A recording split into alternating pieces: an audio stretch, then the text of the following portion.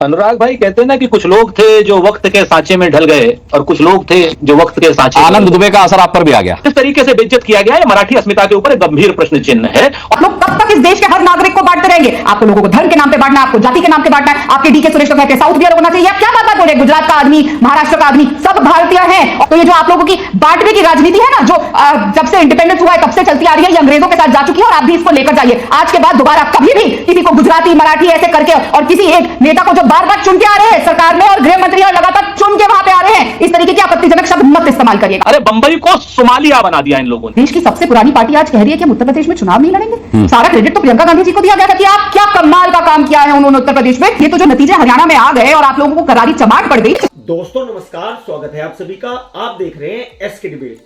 आज की डिबेट महाराष्ट्र में होने वाले विधानसभा चुनाव और यूपी में होने वाले उपचुनाव को लेकर होने वाली है। महाराष्ट्र विधानसभा चुनाव में बस कुछ ही हफ्ते बचे हैं, लेकिन महायुति और महाविकास अघाड़ी दोनों ही गठबंधन में अभी तक सीटों का बंटवारा नहीं हो पाया है। कल खबर थी कि महाविकास अघाड़ी में एनसीपी शरद गुट, शिवसेना उद्धव गुट और कांग्रेस तीनों पार्टियां 85-85 सीटों पर चुनाव लड़ेंगी और बाकी बची सीटें छोटी पार्टियों को दी जाएंगी। महाविकास अघाड़ी के इस फॉर्मूले से राहुल गांधी नाराज बताए जा रहे हैं। वहीं दूसरी तरफ यूपी में होने वाले 9 सीटों पर विधानसभा चुनाव में समाजवादी पार्टी अपने उम्मीदवार उतारेगी। मतलब समाजवादी पार्टी ने एक भी सीट कांग्रेस पार्टी को नहीं दी है। आज की डिबेट इन्हीं मुद्दों पर होने वाली है। बीजेपी की तरफ से राधिका खेड़ा और सुरेंद्र राजपूत कांग्रेस पार्टी की तरफ से हैं। दोस्तों वीडियो बहुत मजेदार होने वाली है। आपसे अनुरोध है वीडियो को अंत तक जरूर देखें। वीडियो पसंद आए तो लाइक करें, शेयर करें, कमेंट करें और मेरे चैनल को सब्सक्राइब करें। तो दोस्तों मेन डिबेट स्टार्ट करते हैं। चलिए शुरू करते हैं। साइकिल पर कैरियर पे बैठा जाता है, कंधे से कंधा मिला के साइकिल नहीं चलाई जा सकती। इन्होंने तो उतार दिया आपको साइकिल से। अनुराग भाई कहते हैं ना कि कुछ लोग तुम्हें समझाएंगे, कुछ तुमको खौफ दिलाएंगे, जो है वो भी खो सकता है। इस राह में रहजन है इतने, कुछ और यहाँ हो सकता है और कुछ और तो अक्सर होता है। पर तुम इस पल में जिंदा हो, ये पल तुम में जिंदा है, ये वक्त नहीं फिर आएगा। तुम अपनी करने कर गुजरो, जो होगा देखा जाएगा। मुझे ये बताइए, आपका आकलन क्या कहता है? कांग्रेस को ज्यादा नुकसान कहां होगा, उत्तर प्रदेश में या फिर उत्तर प्रदेश में तो खैर अब आप है ही नहीं फाइट में, महाराष्ट्र में कितना नुकसान कितना फायदा आप देख रहे हैं? अबे जल्दी बोल, कल सुबह पनवेल निकलना है। अनुराग भाई कहते हैं ना कि कुछ लोग थे जो वक्त के सांचे में ढल गए और कुछ लोग थे जो वक्त के सांचे। आनंद दुबे का असर आप पर भी आ गया। अभी रुकिए, हम पर तो अनुराग के मुस्कान का भी असर आता है और राम के कृपाल का भी हम पर असर आता है। तो ऐसी जो उत्तर प्रदेश का चुनाव है, उत्तर प्रदेश के चुनाव में स्पष्ट रूप से इंडिया गठबंधन 9 की 9 सीटों पर लड़ रहा है और 9 की 9 सीटों पर जीतेगा। सिंबल समाजवादी पार्टी का है और हम समाजवादी पार्टी के साथ पूरे कंधे से कंधा मिला करके चलेंगे। इसमें कहीं कोई वो नहीं। हमारी कल प्रेस कॉन्फ्रेंस भी होगी। एक सिपाही हमारा अनुशासित है। 9 की 9 जगहों पर हमारे सम्मेलन हो चुके हैं। हाँ, दूसरी बात बताता हूं आपको। आप देखिए कल जिस तरीके से गुजरात से आए हुए हमारे आदरणीय गृह मंत्री जी ने महाराष्ट्र की अस्मिता को लेकर के एक कितना बड़ा कुटाराघात किया कि 2 बड़े स्टालवार्ट, एक मुख्यमंत्री को वहां के, एक वहां के उप मुख्यमंत्री को, इन सब लोगों को दिल्ली बुला करके डांटा। गलत क्या है?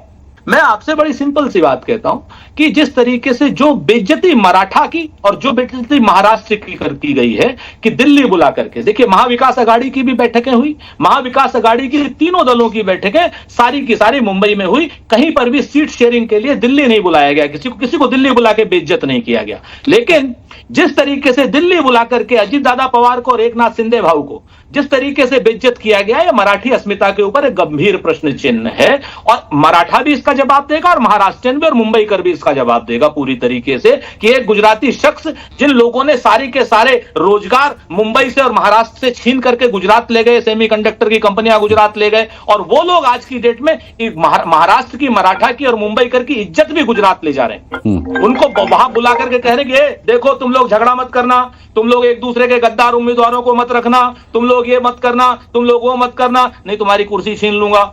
कैसे कैसे लोग रहते हैं यार यहाँ पर। राधिका खेड़ा जी, आपका जवाब इस पर। यहाँ पे एक बहुत ही आपत्तिजनक बात कांग्रेस के प्रवक्ता ने कही, गुजरात का शख्स। आपका क्या मतलब है गुजरात का शख्स? आप लोग कब तक तक इस देश के हर नागरिक को बांटते रहेंगे। आपको लोगों को धर्म के नाम पे बांटना है, आपको जाति के नाम पे बांटना है। आपके डीके सुरेश तो कहते हैं साउथ भी अलग होना चाहिए। आप क्या बात बात बोल रहे हैं? गुजरात का आदमी, महाराष्ट्र का आदमी, सब भारतीय हैं। और मैं आपको ये बहुत जिम्मेदारी से कह रही हूं, ये जो आपकी बांटने की रणनीति है, इसका जवाब आप लोगों को हरियाणा में मिल गया, जब पूरा के पूरा हरियाणा एकजुट होके आपने वहां पे जाट गैर जाट करने की कोशिश करी, करारा तमाचा मिला कि इतिहास रचा गया और भारतीय जनता पार्टी की तीसरी बार सरकार मिली, जहां पे सबने एकजुट होकर भारतीय जनता पार्टी को वोट दिया। तो ये जो आप लोगों की बांटने की राजनीति है ना, जो जब से इंडिपेंडेंस हुआ है तब से चलती आ रही है, ये अंग्रेजों के साथ जा चुकी है और आप भी इसको लेकर जाइए। आज के बाद दोबारा कभी भी किसी को गुजराती, मराठी ऐसे करके और किसी एक नेता को जो बार बार चुन के आ रहे हैं सरकार में और गृह मंत्री और लगातार चुन के वहां पे आ रहे हैं, इस तरीके के आपत्तिजनक शब्द मत इस्तेमाल करिएगा।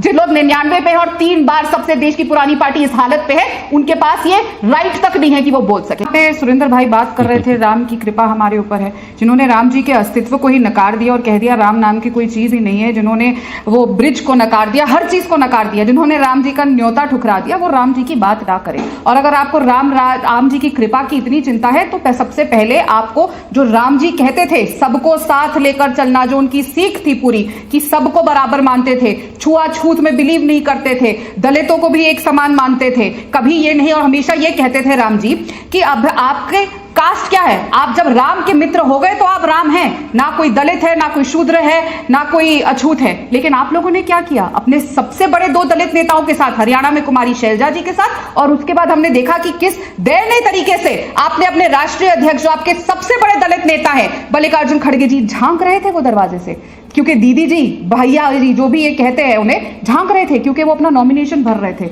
ये हालत कर दी। मैंने 4 महीने पहले ट्वीट किया था, अनुराग जी देखिएगा मेरा ट्विटर निकाल के, कि बहुत जल्द उनकी हालत सीताराम केसरी जी जैसे होने वाली, और वो उस राह पे चल चुके हैं। जो अपने सबसे बड़े दलित लीडर का अपमान करे वो राम लल्ला राम जी की बात ना करे। बात तो सही है। हमारे गठबंधन ने बहुत क्लियर कर दिया है आज की डेट में कि हम इतनी सीटों पर लड़ेंगे, इतनी सीटें हमने सहयोगी दलों के लिए छोड़ी हैं। अरे अभी राम कृपाल जी चिंता व्यक्त कर रहे थे कि 288 सीट में से आप 100 पर भी नहीं लड़ रहे हैं वहां पर। कोई राम कृपाल जी की हम शुक्रिया अदा करते हैं कि इन्होंने हमारी चिंता करनी शुरू कर दी। अब अगर इन्होंने हमारी चिंता करनी शुरू कर दी है तो हमारा भला हो जाएगा। 14 से लेकर के 24 तक इन्होंने दूसरे की चिंता करी थी, पहली बार हमारी चिंता कर रहे हैं, तो इसलिए अब हमारा भला हो जाएगा। और राम की कृपा, अगर कहते हैं कि जा पर कृपा राम की होई ता पर कृपा करे सब कोई, तो आप आज की डेट में हम तो बहुत शुक्रगुजार है राम कृपाल जी के कि इन्होंने हमारी चिंता शुरू कर दी। अरे बंबई को सोमालिया बना दिया इन लोगों ने। चढ़ा समझाओ इसे। सोमालिया बना दिया। कोई आदमी आ रहा है, कोई लॉरेंस आ रहा है या कोई बिश्नोई आ रहा है, क्या आ रहा है, आकर के मार करके चला जा रहा है। गुजरात जेल में बैठा है और वो ये कह दे रहा है आकर के अभी और मारेंगे, सलमान की भी बारी है। इनके कॉर्पोरेटर, उनके एमएलए को गोली मारे और थाने के अंदर गोली मारी जा रही। हमने बंबई में सड़कों पे गोली मारे जाते देखा था, लेकिन थाने के अंदर गोली मारी जा रही है। ये सिर्फ एकनाथ शिंदे के शासनकाल में हो सकता है और ये मुंबई को सोमालिया बनने से रोकना है। इसके लिए हम महाविकास अघाड़ी को लेकर के। राधिका खेड़ा जी, आपकी औकात बता रहा हूँ सर, बुरा नहीं मानना सर। यहाँ पे बार बार बात हो रही है कि हमारा गठबंधन साथ है। देश की सबसे पुरानी पार्टी आज कह रही है कि हम उत्तर प्रदेश में चुनाव नहीं लड़ेंगे। सारा क्रेडिट तो प्रियंका गांधी जी को दिया गया था कि आप क्या कमाल का काम किया है उन्होंने उत्तर प्रदेश में, कि सीटें बढ़ गई। सीटें बढ़ी थी तो क्यों अखिलेश यादव जी ने ऐसा उनके साथ किया? कौन सा गठबंधन सही चल रहा है अनुराग जी? आपको याद होगा जब हरियाणा के चुनाव के नतीजे आ रहे थे, एक पहले तो शुरुआत में हुआ 7, साढ़े 7, 8 बजे की इनकी 70 सीटें आ रही हैं। जैसे ही भारतीय जनता पार्टी की लीड हुई, एक तरफ स्क्रीन पे जम्मू कश्मीर के रिजल्ट थे, एक तरफ हरियाणा के थे और नीचे बाई लाइन पे चल रहा था कि प्रियंका चतुर्वेदी, उद्धव ठाकरे सेना ने क्या स्टेटमेंट में दिया कि कांग्रेस पार्टी अकेले भारतीय जनता पार्टी का सामना नहीं कर सकती। दूसरा स्टेटमेंट, अखिलेश यादव ने 6 सीटें डिक्लेयर कर दी उत्तर प्रदेश में, वो 6 सीटें जिसपे कड़ी नजर भारत कांग्रेस पार्टी रख के बैठी थी कि ये तो हमारी होगी, फूलपुर भी हम लड़ेंगे। अब तो इन्हें एक भी नहीं मिली। उन्होंने भी साफ कर दिया कि आपकी कैपेबिलिटी नहीं है।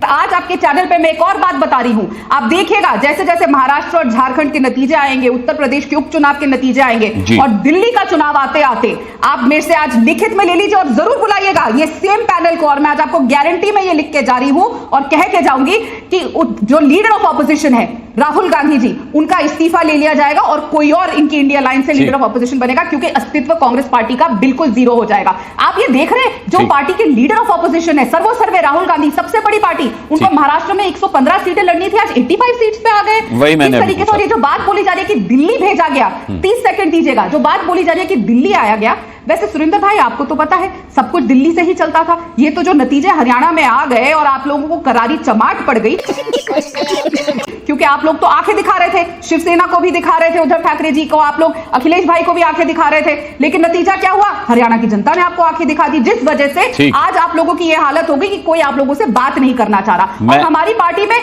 बहुत ही सिस्टमैटिकली होता है, कोई बड़ा कोई छोटा नहीं होता है। तो ये जो आप लोग बोलते हैं ना कि दिल्ली आ गए, ये हो गए, दिल्ली से आप लोग चलने वाले, कौन सा राहुल गांधी कहीं उठ के जाते थे कोई मीटिंग करने के लिए? क्या बुलाया नहीं जाता था सोनिया गांधी जी के दरबार में हर अलायंस पार्टनर को यूपीए के दौरान? भूलिएगा मत ये बात। मजा आया। देखा दोस्तों, आपने राधिका खेड़ा और सुरेंद्र राजपूत दोनों को सुना। आप किसकी बात से सहमत हैं? दोस्तों, वीडियो को लास्ट तक देखने के लिए दिल से धन्यवाद। और वीडियो के बारे में आपकी क्या राय है कमेंट सेक्शन में कमेंट करके बताएं। और अगर वीडियो पसंद आई हो तो लाइक करें, शेयर करें, कमेंट करें और मेरे चैनल को सब्सक्राइब करें। तो दोस्तों, मिलते हैं अगली वीडियो में। जय हिंद, वंदे मातरम, जय श्री राम।